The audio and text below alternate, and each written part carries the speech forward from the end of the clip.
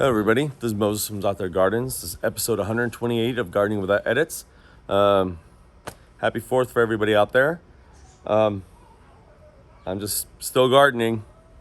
I'll party later on if I can, but I'm still gardening. I'm going to show you what I'm doing right now and my thought process on it. And anybody that's growing Egyptian walking onion, there's all the pile of Egyptian walking onion there. And there is a huge, pretty heavy bucket full of nutsedge right here. I'll pull one out for you if it doesn't break.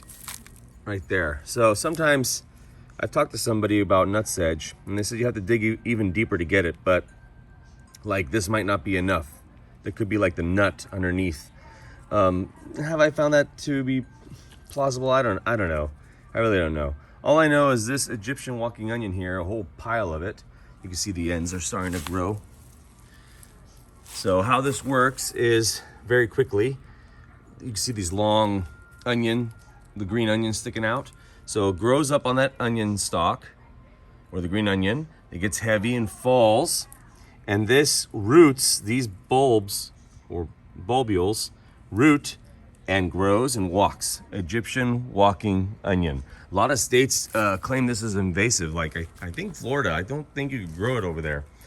But regardless, the reason why I'm moving it out of here, one, that's getting too big. It's in the way of the avocado and the cherimoya. This area is a subtropical tropical area. So cherimoya, avocado, moringa, guavas, mangoes. I grow, fertilize, foliar spray differently and water differently here. And this is just taking off. Boy, oh boy, it just came to me right now. So, and it's more humid here because of all that. This grows a lot faster than the other location I'm going to show you. So for anyone in Florida, you know, more water, moist soils, more humid, it takes off. This grew so massive compared to the other location I put it in. So let's walk over there. I got all the donut peaches off, gave it to a lot of neighbors. Still don't know what this variety is of apple.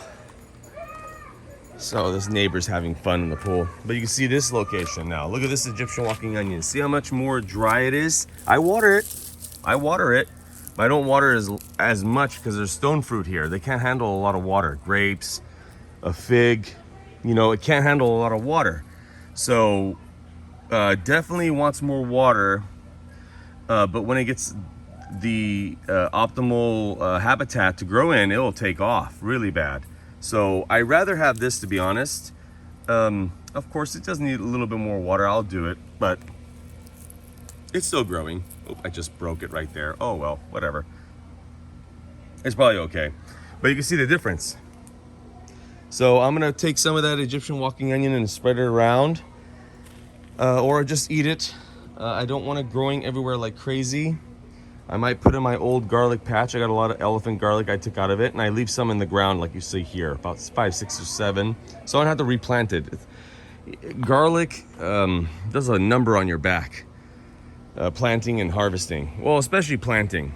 So anyways, that's what I like to show you. I never thought about it, about the, what do you call it, Florida with, I love, this is called anise hyssop, by the way. This is so if you like anise seeds, right here. Well, this is not anise seed, but this is anise flavor. And so is the French tarragon right there. Dragon's breath, they call that one, I believe. It burns your mouth like crazy, but I love anise. Just look it up and all the medicinal qualities of the plant. Anyways, it's sidetracked. Got to finish up the peaches. I'm almost done with all of them. This single branch, 4-in-1, this branch over here is just peach. Probably 200 peaches, 600 peaches on the donut peach. So I'm going to be grafting up some other varieties on there. It's too much. Oop, they forgot the water pistol outside. All right, everybody. So this is not going to be Egyptian walking onion anymore. So happy 4th and happy gardening.